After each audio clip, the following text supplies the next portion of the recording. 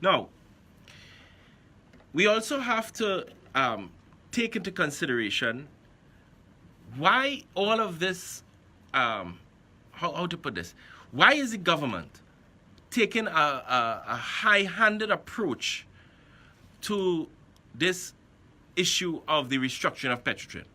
In the first instance, it was always the union that says petrotrin should be restructured. I do not know how much times I have to say that. And you know what is interesting? Do you know, you have sit there and you would hear me over and over and over say these things.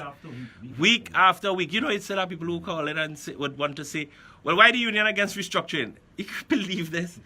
Okay, so let's just put that back on the table. The union was the one calling for restructuring a long time. The union entered into an agreement, a memorandum of agreement in April of this year, which agreement creates the framework for there to be diligent work to be done by the establishment of a working committee in order to hammer out the details as to how the restructuring would go. Straightforward, simple. The country, if I recall, there was a lot of anxiety leading up to that period. The country breathed a sign of relief because there it was in black and white, not verbally, signed by board and by the union.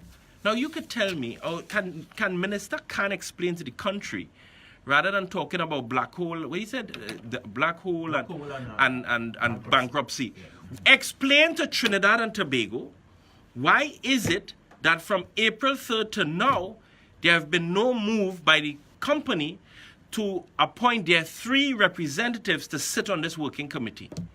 Why is it that the union has to be told in a meeting with the Prime Minister that the cabinet somehow sanctioned something that right now the whole country is absolutely in the dark about? And in the dark about a state asset, a state enterprise that means so much to this country, that has contributed so much to this country and has the potential to contribute so much to this country. The union's position and proposal that was offered, the union offered a viable alternative. And you see the anti-union conservative people out there. It's really, sometimes it's nauseating, I have to say. Because they like to say, unions does only talk about problems and no solutions. We have been saying, the union have been saying since I do not know when, that we have a viable alternative. There is a proposal from the union that will see the company becomes viable, sustainable, and profitable. Okay? In fact, when the union presented this in all these different forms, the Ministry of Finance, Economic Advisory Council, and so on.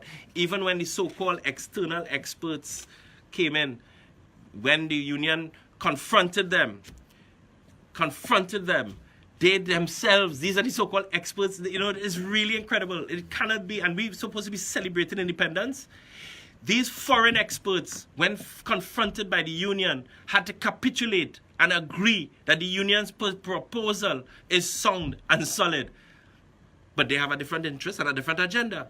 And you're telling me our Prime Minister, who's supposed to represent the interests of this country, is going to say to the country that he had to hear from foreign experts and ignore the work and the experience of people who've been working in the oil fields for 30 and 40 years? You had to be kidding me, man.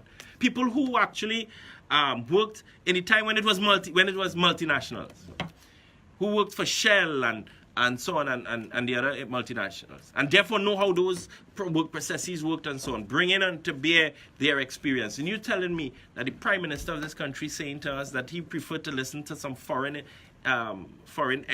foreign experts? Okay.